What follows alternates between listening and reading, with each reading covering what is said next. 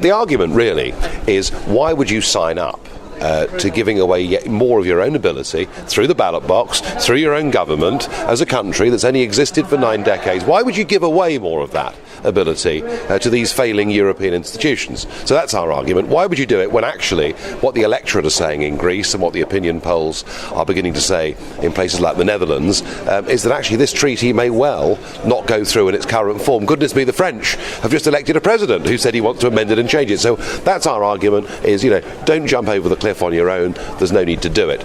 I would say that 3 years ago, when we got involved with the Lisbon campaign, both 1 and 2, because of course they were asked to vote again, we were treated with hatred in Dublin by the established media class.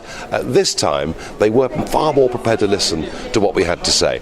I accept that for middle-class people in Ireland, it is difficult to get them to vote no, because they feel they might be rocking the boat, and they're already terrified that the value of their house is half what they paid for. And that's our big problem. But I do think what the EFD group have done in Ireland has made a big difference to the whole debate. We are where we are. We hate it, but what's the alternative? And what they're not seeing in their political class, they're not seeing leaders standing up and saying, hey guys, here's an alternative, here's a way forward. So it is difficult sometimes for people to think outside the box, and people are frightened. And when they're frightened, asking them to make a change, it can be difficult. And then you go past the tipping point where they demand a change.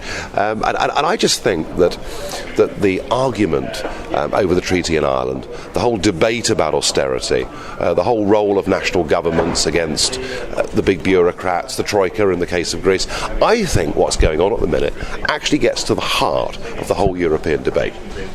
Either we follow the Guy Verhofstadt line and we federate immediately, and we have a joint bank account between the countries of the north and the south, and we have Eurobonds and everything else, or we start to see a fragmentation and a breakup of the euro to begin with, and perhaps ultimately the European Union as it is. We've kind of got to one of those critical points. That doesn't mean this decision's going to get made in the next fortnight, but it does mean over the next year or so we are likely to see perhaps quite a big resolution of where Europe goes for the next couple of decades. Theory and practice are very different things, and these treaties are very cleverly drafted to try and stop anybody ever leaving.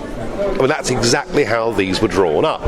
So the idea that the Lisbon Treaty gave us an exit clause, and shouldn't we be happy about that as Democrats? In fact, it was the opposite. It was more of a trap, because before there was nothing to stop you saying, look, we wish to renegotiate this treaty. Do you know what? In practical terms, when a major political event occurs, like the coming down of the Berlin Wall, it doesn't matter what treaties say. It doesn't matter what previous elected governments and heads of state have agreed. When a time has come for change, it just happens. But a debate on the euro, a debate on, I think, the 22nd summit that they've had in 3 years. I mean, Mr. Cameron ought to rent a flat now in Brussels. He's there so often. And the thought that the European Parliament meets in Strasbourg, which doesn't happen very often, and Barroso and Van Rompuy don't even turn up, I thought was a pretty poor show.